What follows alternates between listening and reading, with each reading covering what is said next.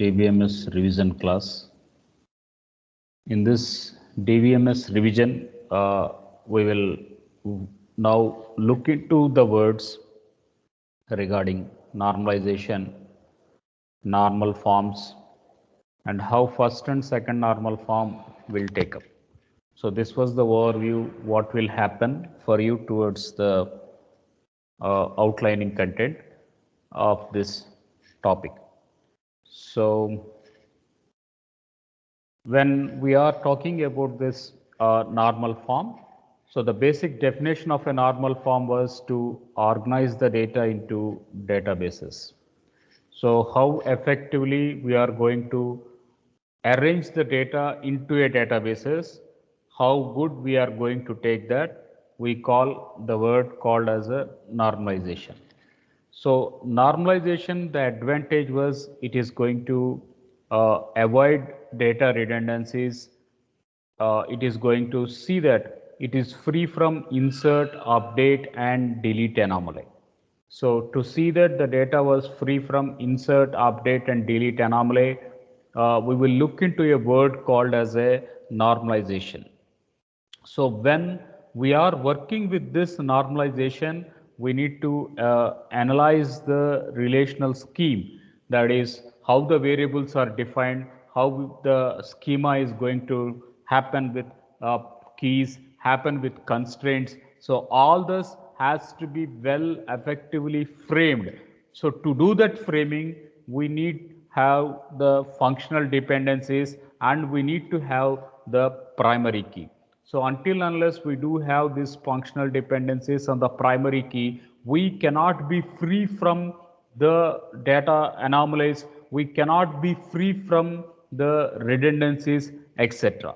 So why we are going to do this normalization? The main intensity was to improve the logical design. The main aim was to improve the logical design, and the second scenario was whatever unnecessary duplicate values are there over a data, that unnecessary duplicate values has to be eliminated. So that is where this normalization is going to give up a major concern at that time. And what will be the items where this normalization is taken up? So it is going to divide this in or decompose the tables into larger tables. That was the first and foremost entity. That is a normalization. It is going to divide or it is going to decompose the small table into the larger tables into the smaller tables, and once it is going to divide, once it is going to distribute the larger tables into smaller tables, it thereby links those and gives a relationship among such tables. So that is where the normalization is going to be happen. And what will be the uses of normalization was, yeah, it is going to eliminate duplicacy. It is going to reduce the redundancy values from the database tables. So that was the high importance of giving why we are going to use the normalization. So after normalization, we have some ways where the normalization looks for the next level of a database design. That too, it is going to use the normal forms. So normal forms, yeah, they are going to be the states which are going to be resulted after decomposing the relation. So we have a larger tables. From the larger tables, now we divide it into smaller tables, and this decomposition we are going to have, and this decomposition it is going to bring up a good design, and thereby it is going to avoid redundancy, thereby it is going to fix up the anomalies which were existing in the earlier database content.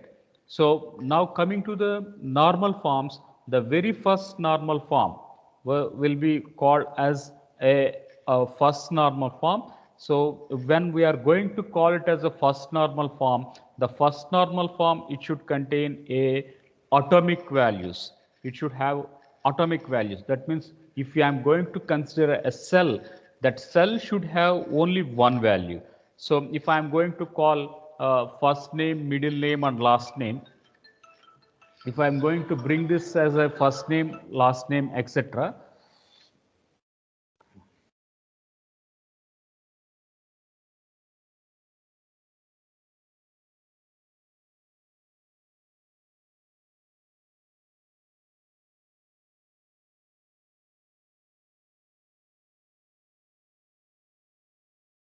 so it is going to bring up a unique values. It is going to bring up this unique entities. That is, if I take first name, last name, and middle name, if it is going to be given up at this scenario, now I can't put first name, last name, and middle name into a single entity. So first name is separate, middle name is separate, and last name is separate. So I can't put the entire thing into a single entity. So such is where this first normal form is going to come into the scenario. So now let us look into the second normal form. So when we are going to call this as a second normal form, when a relation is going to be part of a second normal form, then it should be in the first normal form. This was the first constraint. So a relation, if it is going to be in a second normal form, definitely it should fit that it should be in the first normal form. And second thing was it should need to have a primary key. So that was the foremost simplification what we have to derive. That is, if it is in a second normal form, then definitely there should be a primary key, and all the non-key items, they should be purely dependent on the primary key. Therefore, we are going to call that entity here as a fully functional dependent. So when we are going to call it as a fully functional dependent, that it states that it is going to have the non-key items, a key items, all the non-key items, they should purely depend on the primary key. And next, looking at the third word, that is what we are going to call it as a third normal form, that when we say the relation is going to satisfy the third normal form, then the first and foremost condition was that it needs to bother up the below step. What was the below step? It is going to be in the second normal form. So first of all, if I call it as a third normal form, it should satisfy that it should be in the second normal form, and along with that it sees that there is no transitivity dependency. So this is crucial. This element is going to be the crucial part, that there should not be any transitivity dependencies to happen. Then only it is going to fit up for the third normal form. And x to y, y to z, then you say x to z. If such is an amplification, we call it as transitivity property. That transitivity should not happen while establishing the tables. Then we are going to say it is in the third normal form. After third normal form, we are going to have one more amplification. That amplification we are going to call it as boycott normal form. So boycott normal form. Actually, CORD, he has given 12 rules for the relational database management system. So if it is satisfying those 12 rules only, then the database is going to put it in the relational databases. What will be the 12 rules? It can be the normal forms, it is keys, it is redundancy eliminations, identifying the anomalies, insert, update, delete, insert, update, and such anomalies has to be removed. And then it talked about atomicity, it talked about consistency, isolation, durability, and locking, serializability. All these concepts, they are going to be some set of 12 rooms which are fed by the boycott. So boycott, what he was telling was that if the third normal form, which does not have multiple overlapping of candidate keys. So of course, in a table, we have a primary key, along with that we have a candidate key. But if there are multiple overlapping of candidate keys, that is the secondary keys, then it is going to be said that it is in a boycott normal form. So we have the first level as super keys, followed by candidate keys, followed by primary keys. And if there is a multiple overlapping of such candidate keys, then we say it is going to be part of a boycott normal form. After boycott normal form, we have the fifth entity that is called as a fourth normal form. So when the relation it is going to be migrated towards the fourth normal form, the first and foremost condition was that it needs to satisfy the boycott normal form, and after boycott normal form it's to see that there is no multiple valid dependency. So if there is no multiple valid dependency, then we are going to say it is fourth normal form. Okay, what is multi-valid dependency? Yesterday we have talked that I need to purchase a car. When we need to purchase a car, obviously there are some factors that when it was purchased, year of purchase, when, what is the color of the car. So when I purchase an item called as a car, I look into these two factors, color and the color followed by the model. But is there any relationship, the year, that is the model, and the color? No. But even though there is no relationship between color and the manufacturing year of a but we are going to bring it to a single uniformity frame. So such a type of words, such type of anomalies should not happen. That is what we are going to call it as a multi-valid dependency, and such multi-valid dependency should be free. That is happening in the fourth normal form.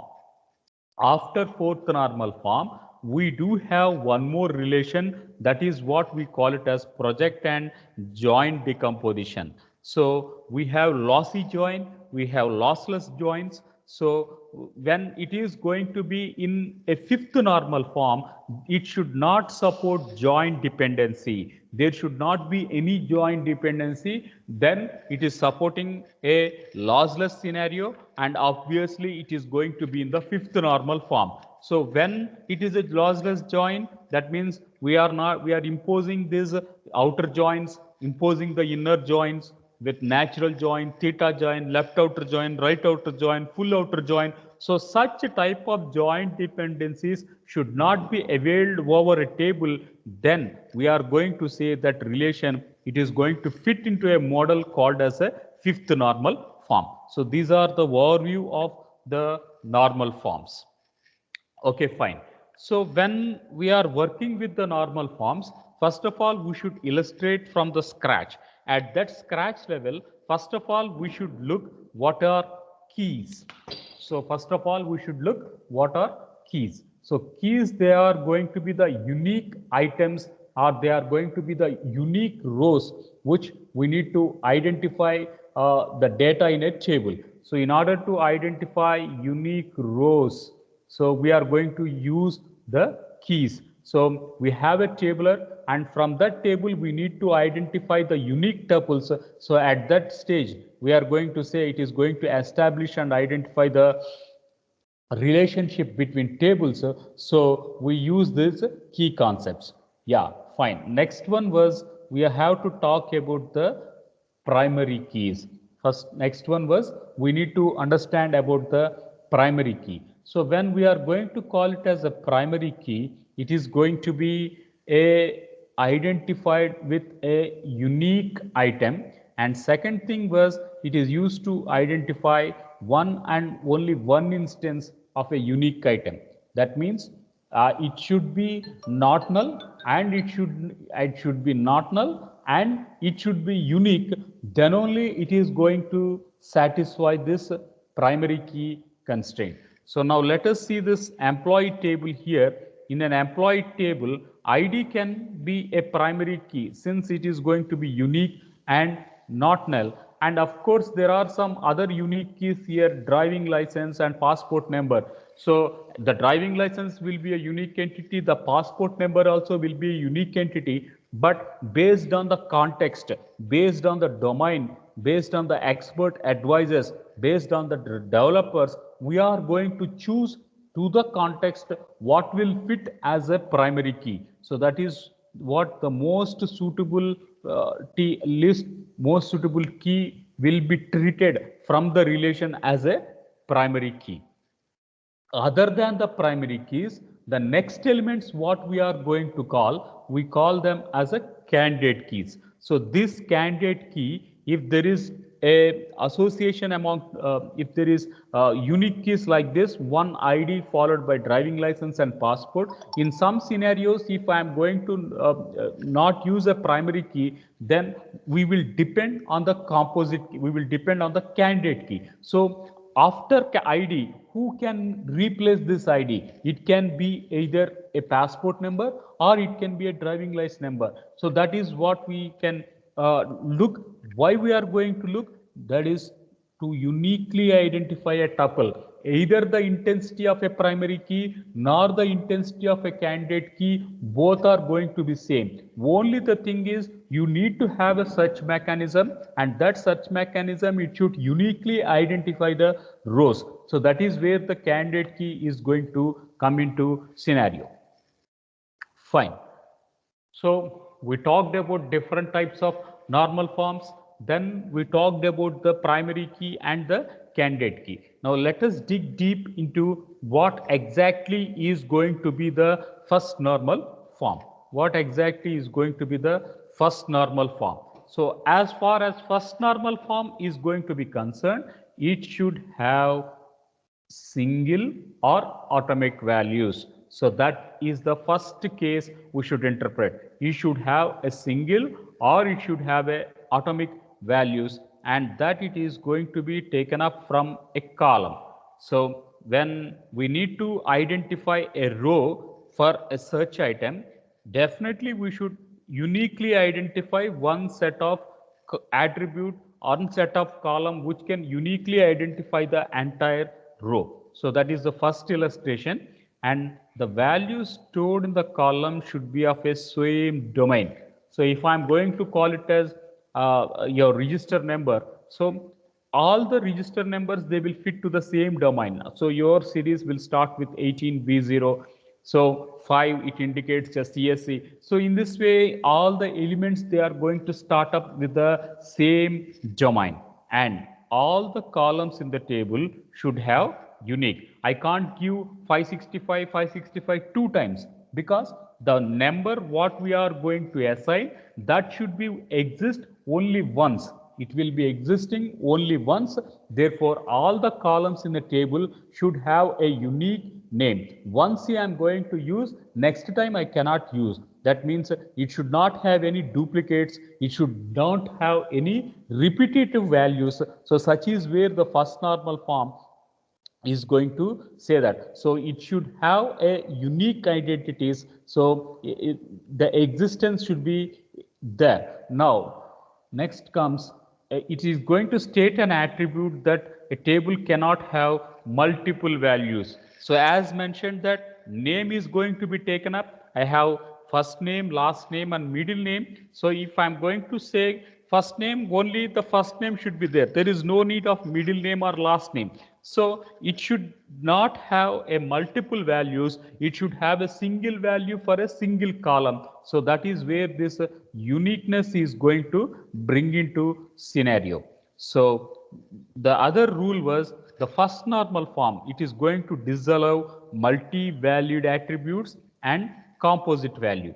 So when we are going to call it as a composite value, then we say composite, it inherits first name and last name. If I want to get my name, I use first name and last name. So both, if I am going to integrate, then only I am going to get the composition or the combination. So such we can make a composition for a name, but this composition or a combination is not encouraged in the first normal form.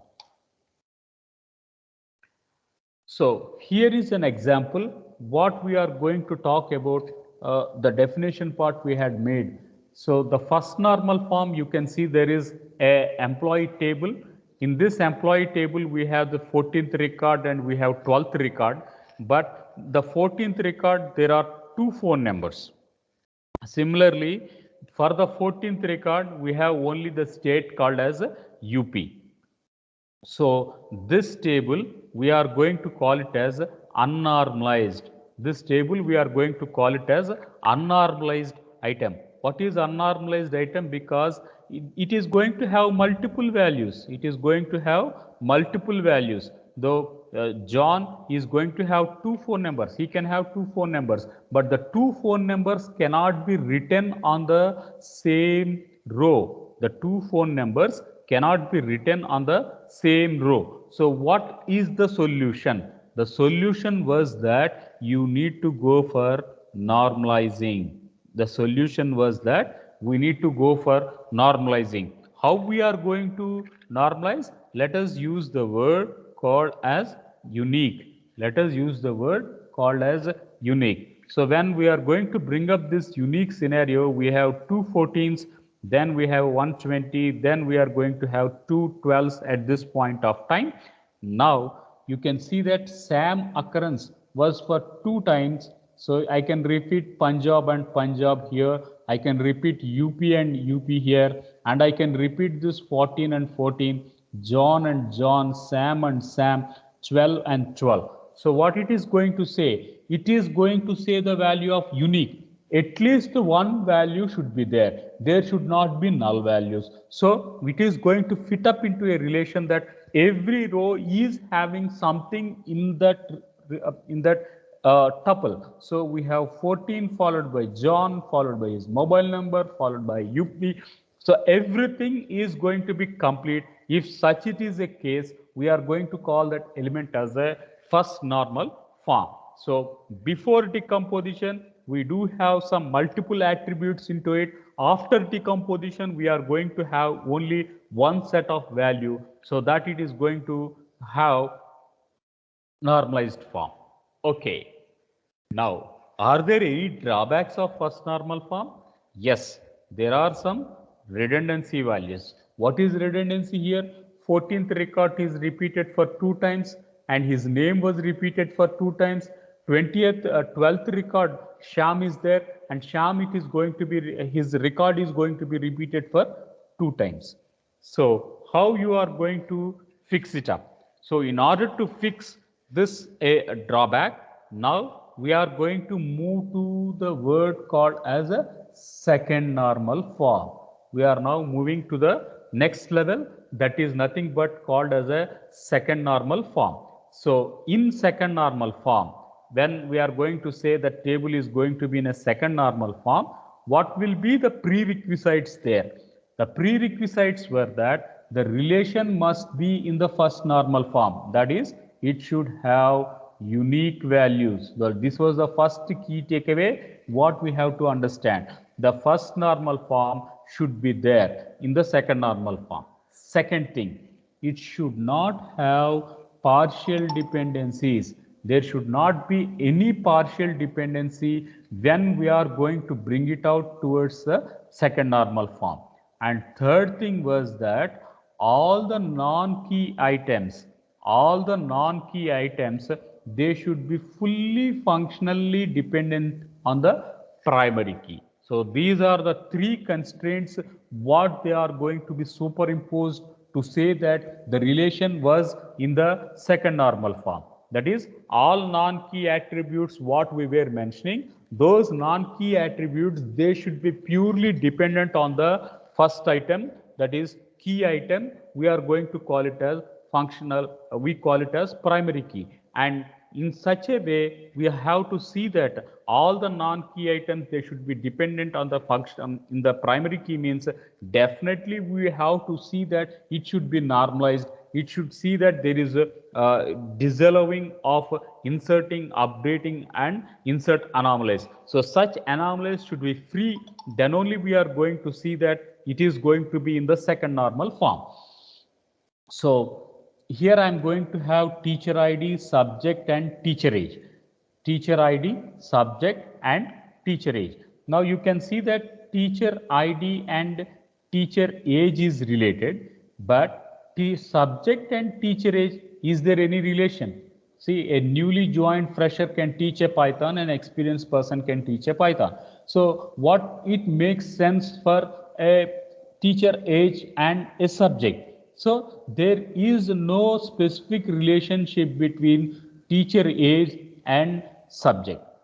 Okay, that means teacher age is not fully functional on the subject. So that is a clarity what we got right now, right? So teacher age is not dependent on the subject. Similarly, vice versa, a subject is not going to be fully functionally dependent on the teacher age.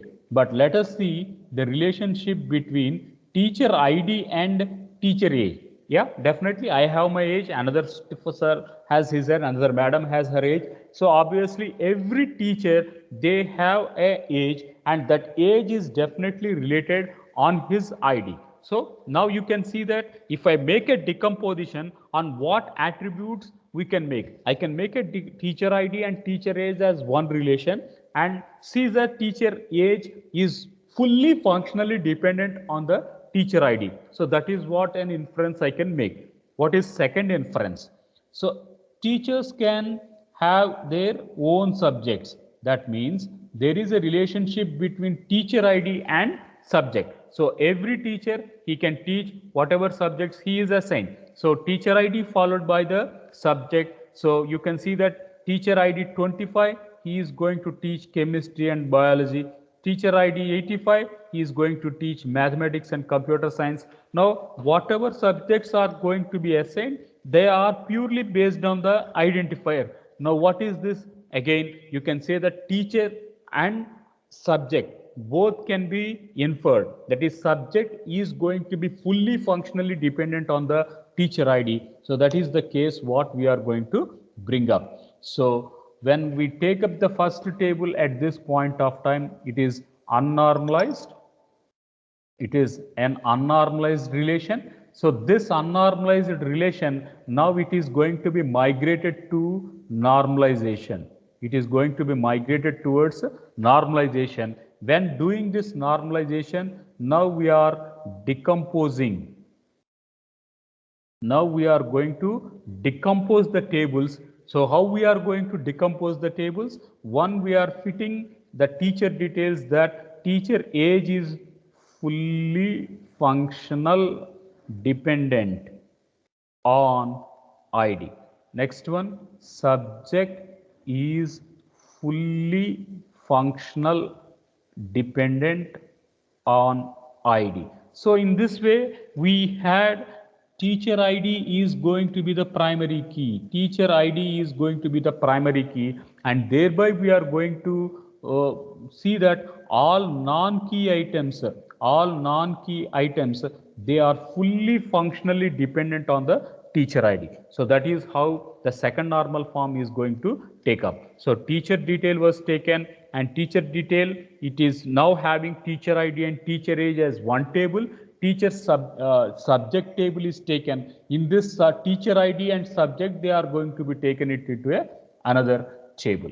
So a quick glimpse of what we have studied at this point of time. So at this point of time, we have talked about this the learning objectives towards normalization. Then we have defined what are the different normal forms we have taken, that is first normal form to second, third, fourth, BCNF, and fifth normal form, and we have just defined it. We didn't dig deep, but we have started with keys, that is primary key and candidate key. After that, we have had an exclusive discussion of what was atomic values, what was uniqueness, and that it is going to give it in the first normal form. Then we have taken that multiple values are exist, 14 is exist only one time, but still there are two phone numbers, and that it is going to be a flaw for the first normal form. To eliminate that, we are going to see that it is can be separated and treated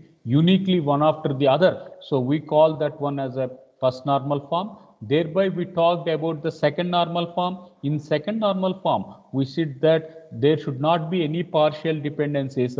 All the non-key items should no option. They have to depend on the primary key. So that is what we brought at this scenario. So we take an example, teacher ID, subject, and teacher age. There is no relationship between subject and age. So we can't bring this into a fully functional dependency. But the subject and teacher ID, definitely it is going to have a relation. That is, subject is purely dependent on the teacher ID. Similarly, the age is purely dependent on the teacher ID. So at this point of time, we will normalize the table and we take teacher detail, teacher subject as two entities. In one table we give teacher ID and teacher age, and in another table we give teacher ID and subject, and thereby we are going to make this decomposition which satisfies the second normal form. So that was the learning from this case study here.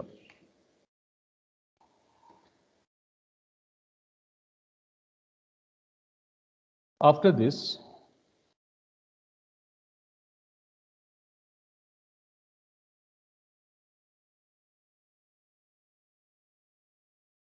we have one more discussion to take up. So in this discussion, we will look up what is third normal form and what was the boycott normal form. So to look up what is third normal form, the first and foremost condition of a third normal form was that it should be in the second normal form. So this is the first key takeaway. And second key takeaway was that it does not contain any transitive partial dependencies. So any type of transitivity should not happen. Then we are going to say it is in a third normal form. So why we are going to propose or move to the third normal form was it is going to reduce data redundancy. It is going to reduce data duplication. And third thing, what we are going to get from the third normal form, which supports data integrity. So in order to have a integrity of a data, in order to see that there is no redundancy in the data, and now we are going to propose the third normal form. So remember, most of the industries now still will have a complex project. Even though they have a complex projects, they look up to the third normal form. So first, second, third, if we are doing, that is holistically a complete project, and up to third normal form, it is enough to have a better decompositions and illustrate your industry oriented projects. So let us see this scenario here. I am going to have this P to Q. P to Q, it is going to be one set of relation. Q to R is another set of relation.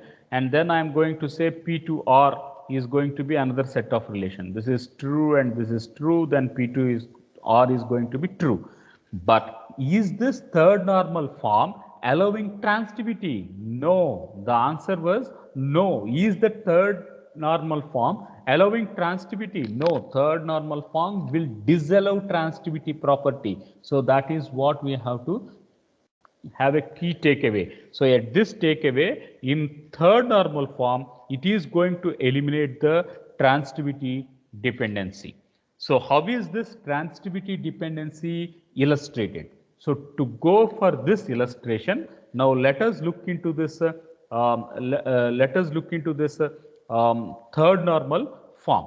So in this third normal form, let us see this table here that we call here as an employee detailed table. We call this one as an employee detailed table. So in this employee detailed table, we have employee ID followed by employee name, followed by employee zip, employee state, and employee city. So what will be the super keys? So super key is that we have the set of keys which can be available in the table. So I can have employee ID, employee ID can be one set, followed by composing employee ID and name as another set, then composing employee ID, name and zip as another set. So from this item, now we need to have the minimal set of keys. We need to get the minimal set of keys. So getting the minimal set of keys. So it can be employee ID or it can be employee zip. But employee zip is not going to fit for employee name and employee ID. Therefore, employee zip cannot holistically satisfy the domain. Therefore, we are going to nominate employee ID as the primary key. Therefore, we are going to nominate the employee ID as a primary key here, because the employee name can be dependent on an employee ID. Similarly, an employee zip can be dependent on an employee ID, but the employee state and city, they can be purely dependent on the zip code. So now here we can see that employee state and employee city, they are going to be dependent on the employee zip code. And next one was employee zip is purely dependent on the employee ID. Yeah, we agreed, right? Because state and city, they don't have direct relationship with the employee ID or name, but state and city, they have a direct relation with the zip. That should be agreed. So pin code is there. The pin code, it is illustrating with state and it is illustrating with the city, and it is given to the employee ID. If such is a case, now I can have an amplification of only with employee ID, name and zip. There is no need for me to look into the state and city. Therefore, the non-prime attributes, that is what we were talking, that is employee state and city, they are not needed in the relation. As they are not needed in the relation, they are going to violate the third normal form. So how I am going to address that violation? The addressing of that violation was that we need to decompose the table. How we are going to decompose the table? So you can see this employee detail table. Now it is taken up into table 1 and table 2 here. It is now decomposed into 2 tables here. So when it is decomposed into 2 tables, now you can see that identifier, name and zip, they have a fully functional dependency over the ID. Next, state and city, they are going to have a fully functional dependency on the employee zip. So you can interpret at this point of time, that is zip and name, both are purely dependent on ID. State and city, they are purely dependent on the zip. That is very clear. Now, how can I relate table 1 and table 2? Again, the scenario is bringing at this case. How can I relate table 1 and table 2? As this table 1 and table 2 is going to have a commonality of employee zip, now I am going to use a foreign key relation. Using a foreign key, I can refer to the multiple tables. And I can join it and I can get a inference towards it. So that is how we are going to remove this transitivity dependency. So here I can say ID and followed by EMP zip. So these two are going to be an unique items. So employee name and zip, they are going to be dependent on the ID here. Now if I am going to say zip, then it is employee state and city, they are going to be dependent on employee zip. Now X to Y, that is ID to zip. Now Y to Z, is there any classic example? No. That means I have broken the chain. There is no meaning of transitivity derivation between the two entities. Therefore, it is going to fit up to the third normal form. So we have talked about first normal form, second normal form, and third normal form for today. So we were telling that the third normal form, it should satisfy the second normal form, and it is going to eliminate the duplicate values, and it sees that there is no transitivity dependency happening at the third normal form. So that is the learning for today. We'll pause here.